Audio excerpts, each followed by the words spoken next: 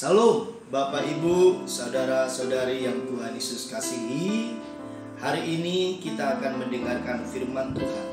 Saya PDM Benson Arimanulang, Gembala GBI Kartini Delimas Lubu Pakam, akan menyampaikan berkat firman Tuhan untuk kita semua. Untuk itu mari kita berdoa. Bapa, dalam nama Tuhan Yesus Kristus, sebentar hamba-Mu akan menyampaikan berkat firman Tuhan buat semua jemaat-Mu dan hamba-hamba-Mu, dan setiap telinga yang mendengarkan, biarlah kiranya berkat Tuhan turun buat semua anak-anak-Mu.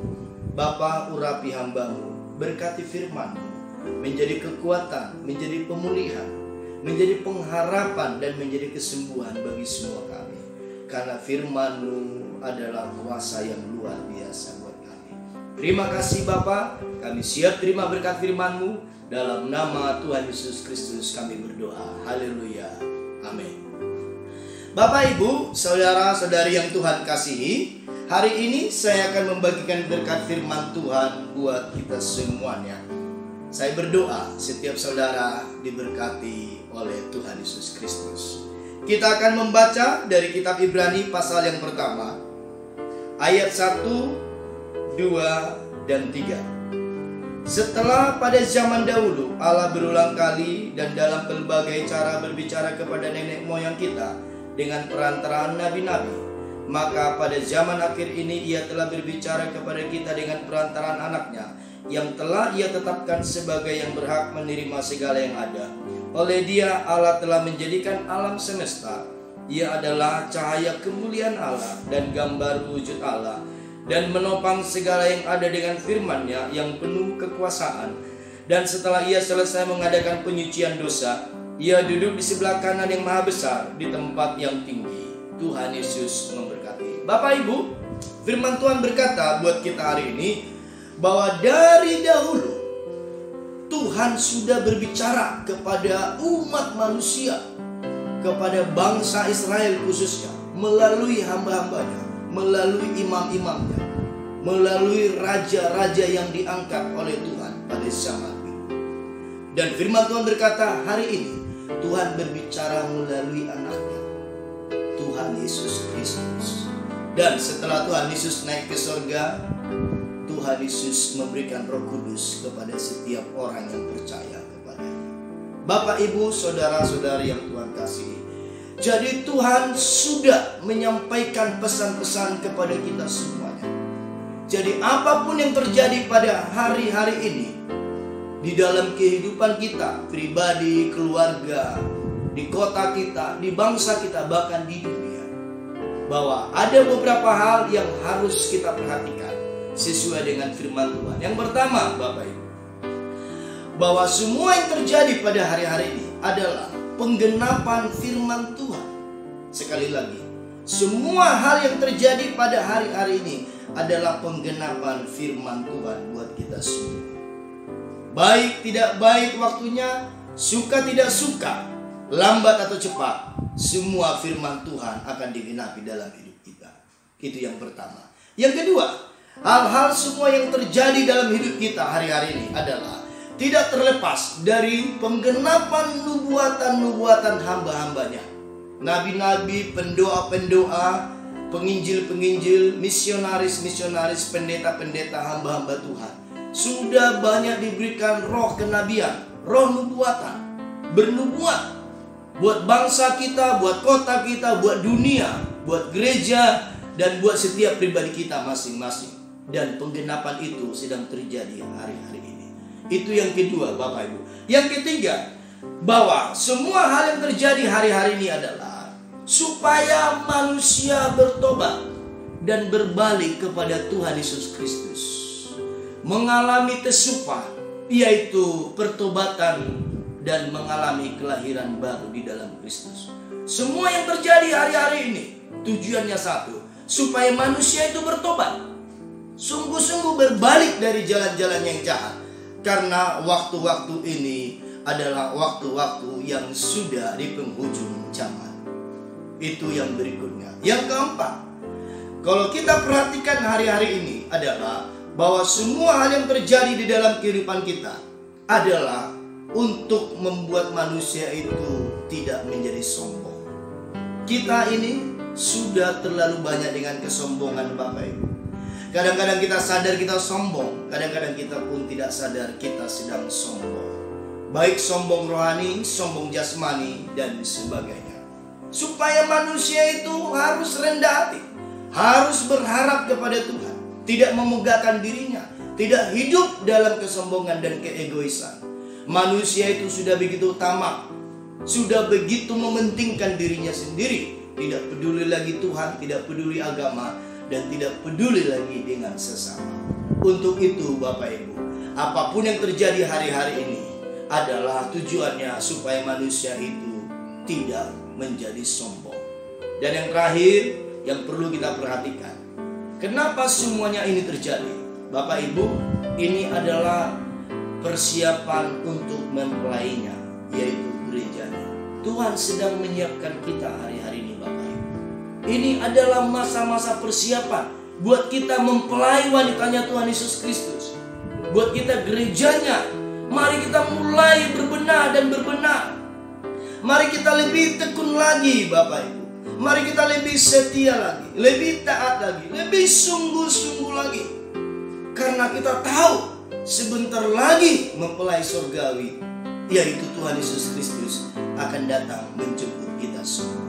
Jangan kita hidup dalam kesombongan. Jangan kita hidup dalam mementingkan diri sendiri. Bapak Ibu, kenapa malaikat Lucifer itu dibuang dari surga? Karena Lucifer itu ingin menyamai Allah. Dia sombong. Dia merasa dia mampu. Dia merasa dia bisa. Dia merasa lebih baik, lebih berkuasa daripada Tuhan pencipta segalanya. Maka dia dibuang dari surga yang kekal. Bapak Ibu perhatikan, apa yang membuat sebuah besi itu hancur adalah karena karatnya sendiri. Apa yang membuat manusia itu hancur? Karena keinginan, pikiran, dan kesombongannya sendiri. Bapak Ibu perhatikan, mari kita belajar rendah hati di hadapan Tuhan hari-hari. Amin Bapak Ibu. Bapak Ibu, Amos pasal 3 ayat 7 dan 8 berkata begini. Sungguh Tuhan Allah tidak berbuat sesuatu tanpa menyatakan keputusannya kepada hamba-hambanya para nabi. Singa telah mengaum, siapakah yang tidak takut? Tuhan Allah telah berfirman, siapakah yang tidak bernubuat? Firman Tuhan sudah mencatat Bapak Ibu, bahwa Tuhan Allah tidak akan berbuat apapun di dalam hidup manusia tanpa menyatakannya terlebih dahulu melalui hamba-hambanya para nabi.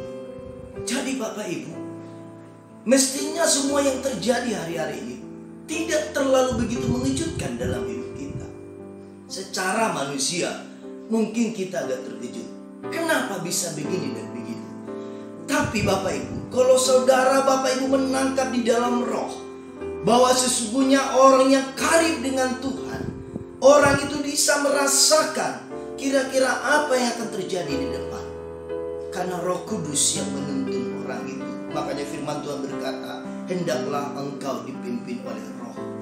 Dan firman Tuhan juga berkata, Roh Kudus akan memberitahukan segala hal, apa-apa yang akan terjadi di depan bagi kita semuanya. Jadi Amos ini berkata Bapak Ibu, Tuhan tidak akan berbuat apapun sebelum Dia berkata-kata melalui hambanya. Bapak Ibu, kalau saudara perhatikan, gembala pembina kita, Bapak Pendeta Niko Nyotora Harjo, beberapa tahun yang lalu sudah menyampaikan berkali-kali, sudah terus menggaung-gaungkan Pentakosta ketiga, pencurahan Roh Kudus yang luar biasa. Generasi baru dibangkitkan, mulai dari anak-anak, pemuda-pemudi, teruna-teruna, orang-orang tua akan dipakai Tuhan luar biasa Bapak Ibu.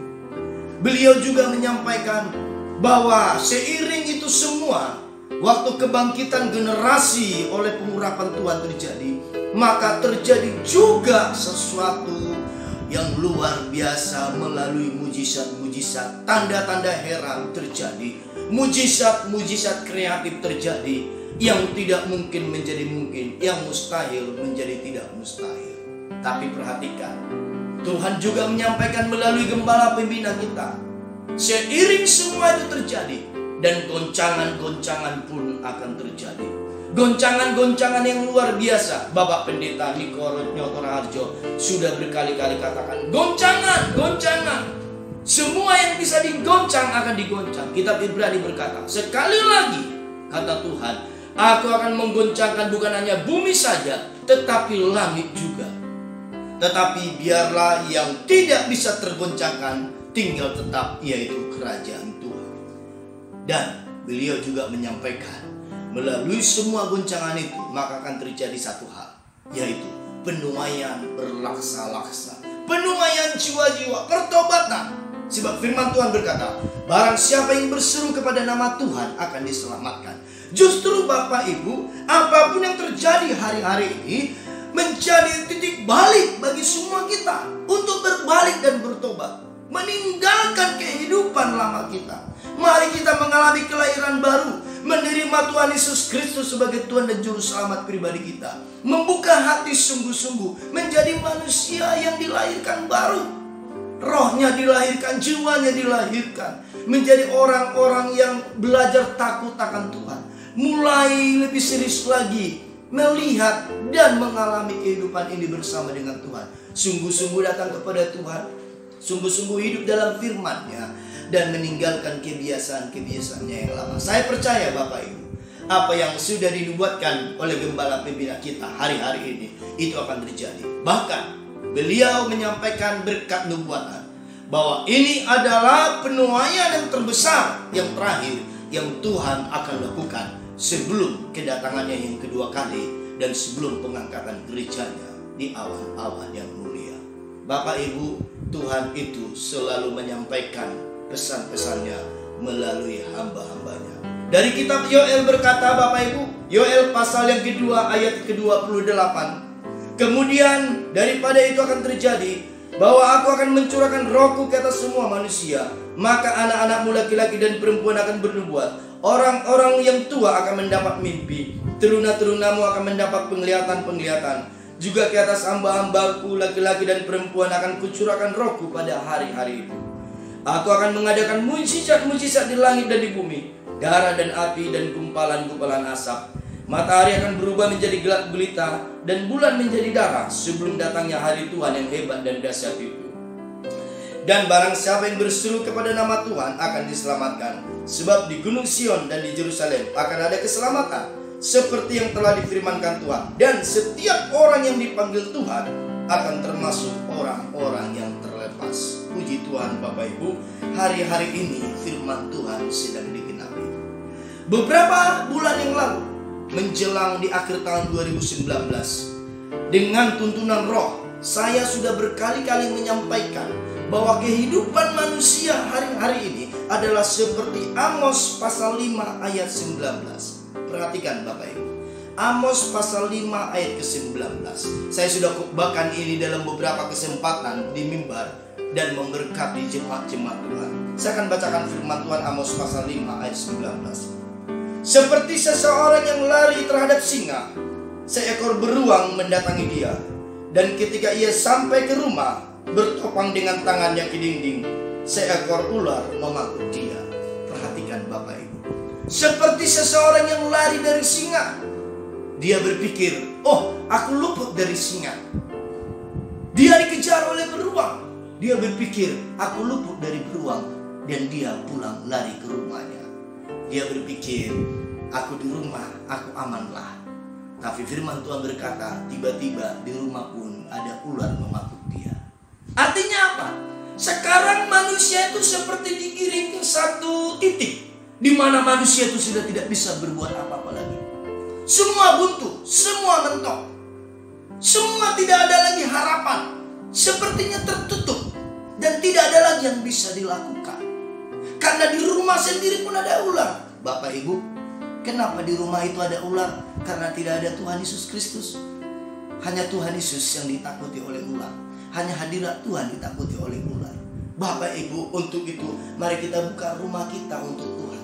buka rumah kita untuk mesbah, bangun mesbah, suami istri berpegangan tangan, doa sungguh-sungguh. Suami istri jangan lagi ego membenarkan dirinya sendiri, mempertahankan egosentrisnya sendiri. Anak-anak bawa tuntun kepada Tuhan, berikan dia kesempatan untuk membaca firman Tuhan, supaya tidak ada ular di rumah kita, Bapak Ibu. Perhatikan Amos pasal 5:19 ini. Tidak ada lagi jalan tempat, tidak ada lagi pintu yang terbuka, tidak ada lagi jalan keluar bagi orang yang ada di dalam Amos 5:19 ini. Karena dia dikejar singa, dikejar beruang, dan dia dipakut oleh ular. Kemana dia harus pergi? Kemana kita harus pergi? Di saat semuanya tertutup, di saat semuanya buntu. Hanya satu jalan satu-satunya. Untuk itulah Bapak Ibu, dikatakan di dalam Amsal pasal 18 ayat yang ke-10. Inilah jalan satu-satunya buat manusia hari ini. Amsal pasal 18 ayat yang ke-10. Nama Tuhan adalah menara yang kuat, kesanalah orang benar berlari dan ia menjadi selamat. Nama Tuhan adalah menara yang kuat, kesanalah orang benar berlari dan ia menjadi selamat. Bapak Ibu, hari-hari ini tidak ada jalan lain, tidak ada lagi jawaban, tidak ada lagi solusi, kecuali datanglah kepada Tuhan Yesus Kristus. Di mana-mana kita merasa tidak aman, di mana-mana kita tidak tenang bersama dengan siapa. Mazmur 62 berkata, hanya dekat Allah saja aku tenang. Daud pada waktu itu dikejar-kejar, Daud pada waktu itu diburu, akan dibunuh oleh Raja Saul dan pengikutnya. Dan Daud menuliskan Mazmur 62, hanya dekat Allah saja aku tenang. Bapak Ibu, sekali lagi Bapak Gembala sampaikan dan tekankan, hari-hari ini manusia digiring oleh Tuhan untuk hanya belajar mengandalkan dan berharap kepada manusia. Singa banyak di luar, beruang banyak di luar, bahkan pun mungkin di rumah kita ada ular. Tapi kalau engkau datang kepada Tuhan, berlarilah kepada Tuhan, carilah Tuhan, maka engkau akan menemukan sesuatu yang luar biasa dalam hidupmu. Bapak Ibu, beberapa bulan terakhir ini, mulai daripada menjelang akhir 2019 masuk ke awal 2020, saya sudah berkali-kali mengkobarkan tentang impartasi kuasa Daniel, impartasi kuasa Elia kepada Elisa, dan impartasi kuasa yang diberikan Tuhan kepada Daud untuk mengalahkan Goliat. Bagaimana Daniel masuk ke kandang singa, ke gua singa, sesuatu hal yang dia tidak inginkan secara manusia. Tapi karena situasional pada waktu itu, demi mempertahankan ketekunannya menyembah Tuhan, demi mempertahankan imannya, demi mempertahankan kasihnya kepada Tuhan, dia harus dimasukkan ke kandang singa. Tapi saya mau beritahu Bapak Ibu, justru Tuhan mengizinkan Daniel masuk ke kandang singa hanyalah supaya Tuhan menunjukkan kepada manusia bahwa Daniel bisa keluar dari kandang singa. Yang percaya katakan amin Bapak Ibu. Tuhan izinkan Daniel masuk ke kandang singa supaya Daniel tahu bahwa Tuhan bisa membuat Daniel keluar dari kandang singa. Itu yang membuat Daniel mempunyai pengurapan singa yang luar biasa, roh yang luar biasa. Kata firman Tuhan, kitab Daniel berkata, Daniel itu mempunyai roh yang luar biasa. Bapak Ibu, saya sudah sampaikan itu beberapa waktu yang lalu kepada jemaat-jemaat Tuhan. Juga saya sudah sampaikan tentang impartasi Elia kepada Elisa. Mujizat yang terakhir yang dilakukan oleh Elia adalah membelah sungai Yordan. Di saat dia berkata kepada Elisa, Elisa tinggallah di Gilgal, tinggallah di Betel, tinggallah di Jericho. Tapi Elisa tetap taat dan tekun mengikut dia. Hari-hari ini orang yang tekun mengikut Tuhan dan mencari Tuhan adalah orang-orang yang akan mendapatkan berkat rohani yang luar biasa. Elisa berkata, demi nyawaku dan demi hidupmu, aku akan tetap ikut Tuhan. Dan Elisa mengikuti Elia sampai mereka mau menyeberang ke sungai Yordan. Elia mengambil jubahnya dan memukul sungai Yordan, dan mujizat terjadi. Itulah mujizat yang terakhir yang dilakukan oleh Elia. membelah sungai Yordan. Dan setelah mereka sampai di seberang, Elia berkata kepada Elisa, "Elisa, mintalah apa yang hendak kuberikan kepadamu." Lalu Elisa meminta yang terpenting. Dia tidak meminta karunia-karunia mujizat. Dia tidak meminta ketenaran. Dia tidak meminta harta kekayaan. Dia tidak meminta nyawa musuh-musuhnya. Yang dia minta adalah roh Elia. Dia meminta yang paling esensi. Dia meminta yang paling inti, yaitu roh Elia. Dia percaya kalau dia sudah punya roh Elia, maka dia akan punya semua yang Elia punya. Puji Tuhan Bapak Ibu, setelah Elia naik terangkat ke surga dan Elisa mengambil jubah yang jatuh daripada Elia, saudara perhatikan, mujizat yang pertama dilakukan Elisa adalah membelah sungai Yordan. Percepatan terjadi dengan luar biasa. Mujizat yang terakhir yang dilakukan oleh Elia membelah sungai Yordan menjadi mujizat yang pertama yang dilakukan oleh Elisa, yaitu membelah sungai Yordan. Saya percaya hari-hari ini kita akan mengalami percepatan yang luar biasa. Jadi semua hal yang terjadi ini Bapak Ibu adalah percepatan rohani sebenarnya. Adalah penggenapan percepatan yang Tuhan sedang lakukan buat kita semua. Untuk itu kita mari terus maju bersama dengan Tuhan. Apapun terjadi, yang penting kita tahu kita dipimpin oleh Roh Kudus. Ada Tuhan dalam hidup kita. Bukankah Dia yang berjanji, segala kuasa dan di sorga sudah aku punya, sudah diberikan kepadaku, dan aku menyertai engkau sampai kesudahan zaman. Saya percaya itu Bapak Ibu. Nah, perhatikan Bapak Ibu, yang terakhir saya akan sampaikan buat kita semua. Puji Tuhan Bapak Ibu, yang terakhir saya akan menyampaikan bagaimana kuasa Tuhan melalui Daud luar biasa Bapak Ibu. Bagaimana dengan batu-batu licin yang kecil, Daud bisa menaklukkan dan merobohkan seorang raksasa Goliat yang luar biasa. Secara manusia itu peperangan yang tidak seimbang. Itu pergumulan yang mustahil sebenarnya. Tidak mungkin seorang Daud bisa mengalahkan seorang Goliat. Saul aja dengan 1000 pasukan tidak berdaya menghadapi Goliat. Tapi lihat, seorang Daud yang kecil, yang kemerah-merahan kata Alkitab, dia hanya mengandalkan pimpinan Roh Tuhan dalam hidupnya. Saudara perhatikan, ada 5 hal yang dialami oleh Daud sebelum dia menaklukkan seorang raksasa Goliat. Goliat itu seperti intimidasi ketakutan di sekitar kita hari-hari ini, membuat iman, pengharapan dan kasih kita kehilangan kuasanya, dan kasih kita menjadi sangat dingin sekali. Bapak Ibu perhatikan, hanya 1 biji batu yang kecil, yang licin kata Alkitab, Tuhan pakai merobohkan seorang raksasa. Perhatikan yang pertama, bagaimana Daud dituntun oleh Tuhan melalui 1 Samuel pasal yang ke-17. 1 Samuel pasal yang ke-17 ayat yang ke-40. Saya akan bacakan buat kita semua. Lalu Daud mengambil tongkatnya di tangannya, dipilihnya dari dasar sungai 5 batu yang licin, dan ditaruhnya dalam kantong gembala yang dibawanya, yakni tempat batu-batu. Sedang umbannya dipegangnya di tangannya. Demikianlah ia mendekati orang Filistin itu. Bapak Ibu, firman Tuhan berkata, Daud dituntun oleh Tuhan turun ke sungai, bahkan ke dasar sungai. Dia mencari 5 batu yang licin. Yang pertama, sebelum batu yang kecil yang licin ini menaklukkan Goliat, yang pertama, lihat tingkatan-tingkatannya, lihat proses demi proses. Yang pertama adalah yaitu batu yang melewati proses pelicinan. Daud mencari batu yang licin. Mungkin batu ini sebelumnya dia batu yang kasar, yang besar, mungkin bentuknya nggak beraturan. Tapi karena aliran sungai yang setiap hari, setiap menit, setiap detik terus mengikis dan mengikis, akhirnya batu-batu ini menjadi licin. Firman Tuhan berkata, Daud mengambil batu yang licin. Untuk kita hari-hari ini bisa mengalahkan intimidasi Goliat di sekitar kita. Bapak Ibu, yang pertama, batu kehidupan kita harus dilicinkan. Ini saya sebut proses pelicinan. Amin Bapak Ibu.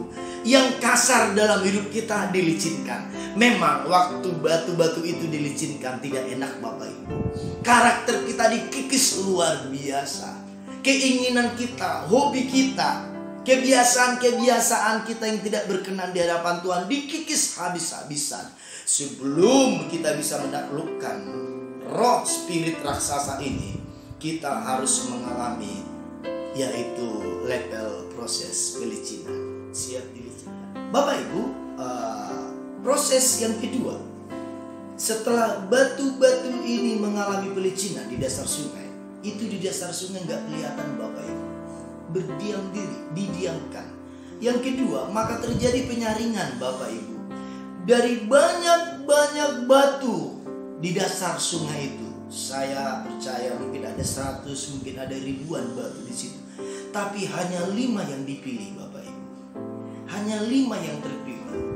Yang saya mau sampaikan adalah, sebelum kita bisa menaklukkan raksasa-raksasa intimidasi di sekitar kita, kita harus bisa melewati proses penyaringan. Hari-hari ini semua kita disaring Bapak Ibu. Gideon dari belasan ribu pasukannya disaring menjadi 300 orang. Murid-murid Tuhan Yesus disaring. Semua kita, gereja sedang disaring hari-hari ini. Mana yang tulus, mana yang tidak. Mana yang sungguh-sungguh, mana yang bermain-main.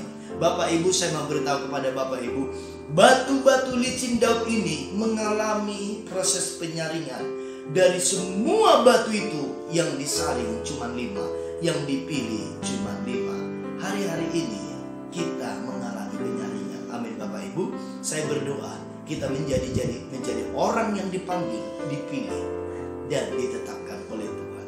Yang ketiga Bapak Ibu, batu-batu yang sudah disaring ini yang licin tadi, yang mengalami proses pelicinan dan disaring, maka batu ini disembunyikan, disuruh berdiam diri dalam kantong gembala. Kata firman Tuhan 1 Samuel pasal 17 ayat 40. Setelah Daud mengambil batu-batu ini, dia taruh dan ditempatkan dalam kantong gembala.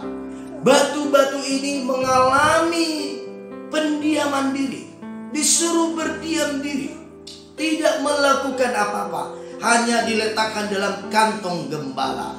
Saya percaya seperti yang kita alami hari-hari ini, kita sedang disuruh berdiam diri Bapak Ibu. Kita sedang banyak ditempatkan di rumah dalam waktu-waktu kurun ke depan. Kita nggak tahu sampai berapa lama. Tapi ini proses pendiaman diri, proses bersaat teduh, proses semakin membuat mesbah kita semakin kuat di hadapan Tuhan. Proses sabatikal bersama dengan Tuhan.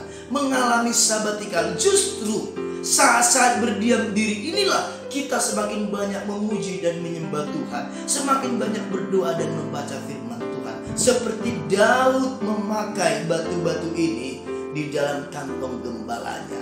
Batu-batu ini berdiam diri dalam kantong gembala, sementara Daud sedang menghadapi raksasa Goliat.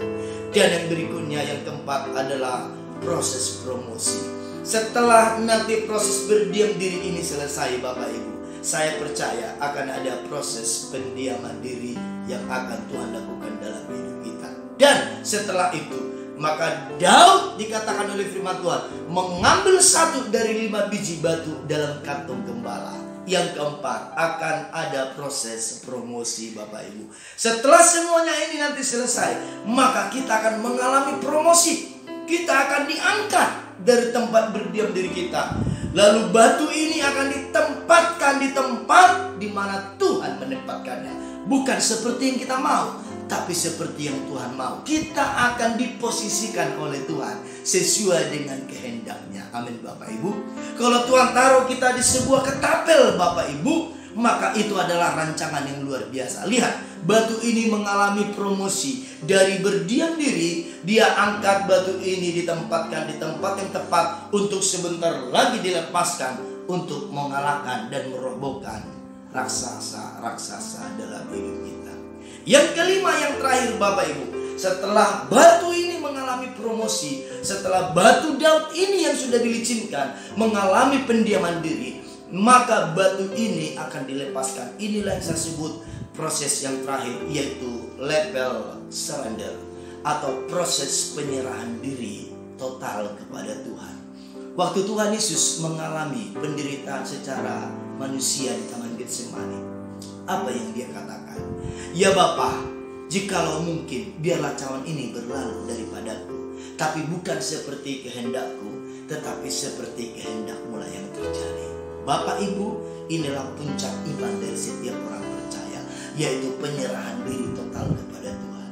Kalau kita mengalami proses demi proses dalam hidup kita, kita semakin mengalami ketekunan dan kesetiaan mengikut Tuhan, dan mengalami pengenalan lebih lagi dengan Tuhan, maka kita akan sampai kepada titik ini Bapak Ibu, di mana kita berkata, Tuhan, apapun yang terjadi saat hari-hari ini dan apapun yang akan terjadi di hari-hari esok, aku serahkan kehidupanku total ke dalam tangan kuasa-Mu. Firman Tuhan berkata, rendahkanlah dirimu dan letakkanlah dirimu di dalam tangan kuasa Tuhan, supaya engkau ditinggikan pada waktunya. Bapak Ibu, waktu batu ini dilepaskan dari batu umban ini, maka Daud melepaskan batu ini dan menyerahkannya ke dalam tangan Tuhan. Artinya Daud sudah tidak bisa lagi mengontrol bagaimana nanti batu ini akan kena kepada sasaran. Tapi perhatikan, di waktu Daud melepaskan batu ini, maka terjadilah proses yang terakhir, yaitu penyerahan total kepada Tuhan. Maka Tuhanlah yang mengarahkan batu ini sampai ke jidat raksasa Goliat, dan Goliat tumbang seketika. Saya mau beritahu Bapak Ibu, kalau ada batu-batu rohani dalam hidup kita yang mengalami proses demi proses hari-hari ini, saya percaya tujuan dari semuanya ini adalah untuk kemenangan dan kemenangan dalam hidup kita. Bagi Tuhan tidak perlu batu yang besar atau yang kecil. Bagi Tuhan, batu yang licin dan kecil pun sanggup membunuh raksasa, sekalipun sekaliber raksasa Goliat. Apa yang mengintimidasi dan menakutkan Bapak Ibu hari-hari ini? Setiap saat, setiap hari sangat menakutkan. Biarlah engkau seperti batu-batu yang licin ini, mengalami pelicinan, mengalami penyaringan, mengalami proses demi proses di dalam Tuhan, sampai pada akhirnya engkau melakukan penyerahan diri total kepada Tuhan. Amin Bapak Ibu.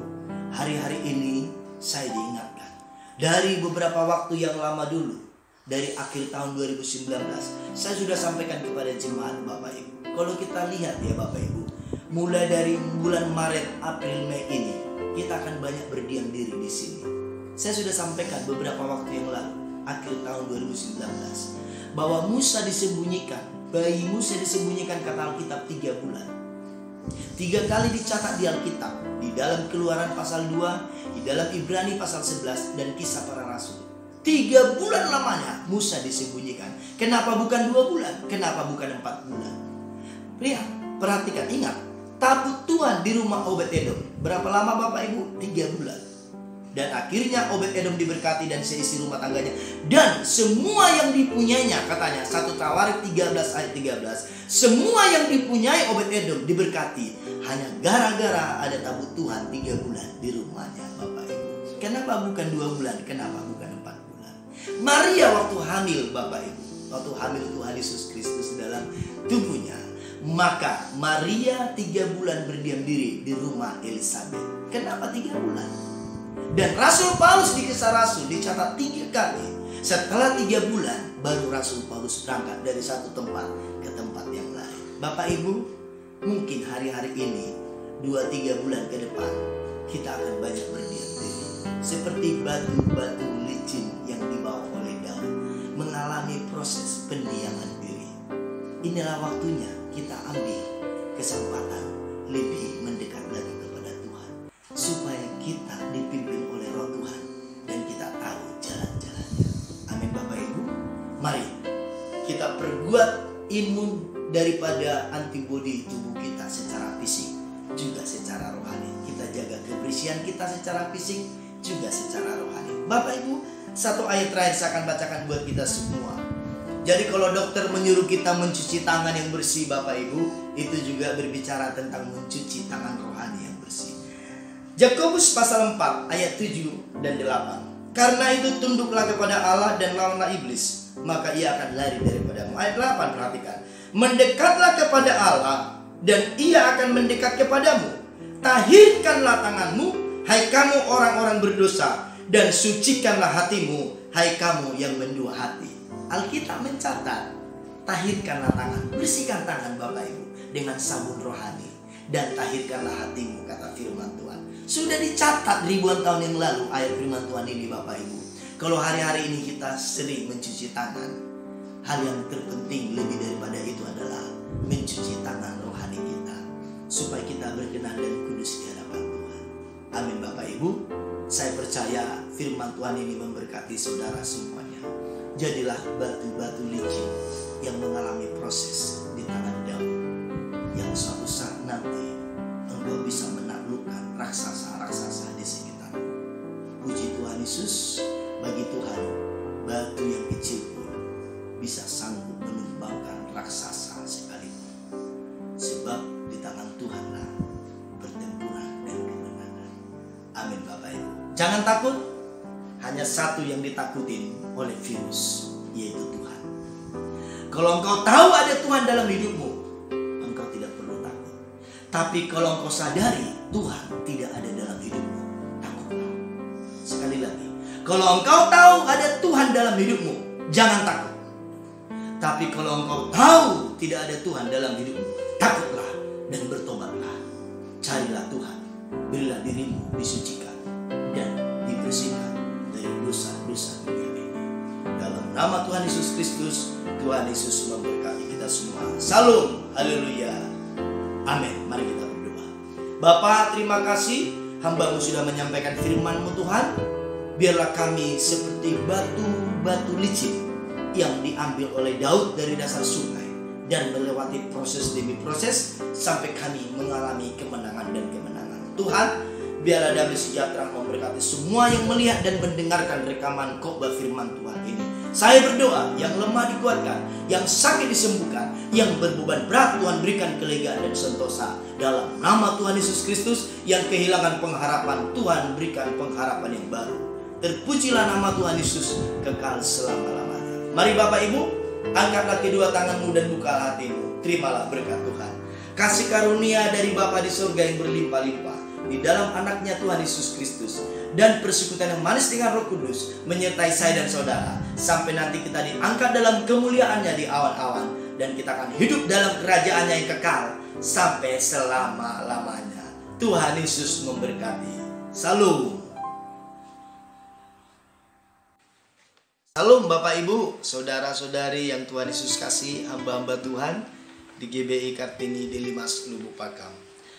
Ada dua hal yang saya mau sampaikan sebagai pengumuman buat kita semuanya. Yang pertama Bapak Ibu, sesuai dengan surat edaran dari GBI BPH Pusat Jakarta dan dari OTP GBI Lipo Cikarang Rain 8, perihal untuk ibadah tanggal 5 April dan tanggal 10 April ibadah Jumat Agung dan tanggal 12 ibadah Raya Umum Minggu kedua April ditiadakan di gereja, tetapi dilaksanakan di rumah masing-masing melalui nanti tuntunan dari khotbah online yang akan disampaikan oleh Bapak Gembala melalui rekaman khotbah. Jadi untuk tanggal 5, tanggal 10 dan tanggal 12 April kita ibadah di rumah masing-masing dengan panduan melalui rekaman khotbah online dari Bapak Gembala. Khusus untuk perjamuan kudus yang seharusnya dilakukan tanggal 5 dan tanggal 10 dilaksanakan menjadi satu, yaitu perjamuan kudus digabungkan dari tanggal 5 ke tanggal 10. Jadi khusus di tanggal 10 nanti kita akan perjamuan kudus di rumah masing-masing melalui nanti khotbah rekaman online Bapak Gembala yang akan dituntun nanti melalui online. Bapak Ibu, sekali lagi, perjamuan kudus di bulan April kita akan lakukan tanggal 10 April pagi melalui rekaman khotbah online Bapak Gembala. Bapak Ibu nanti akan dituntun untuk sehidangan bersama dengan Tuhan Yesus dalam ibadah perjamuan kudus di rumah masing-masing. Saya percaya kita semua diberkati Tuhan. Yang kedua, Bapak Ibu, jikalau Bapak Ibu ingin memberikan persembahan ucapan syukur atau persembahan persepuluhan ke gereja, Bapak Ibu bisa mengirimkan atau mentransfer melalui bank gereja yang sudah disiapkan. Bapak Ibu, saya percaya taburan Bapak Ibu sangat diberkati Tuhan Yesus Kristus. Dan saya berdoa Bapak Ibu semua dicukupkan dalam segala hal. Tuhan Yesus memberkati. Salam.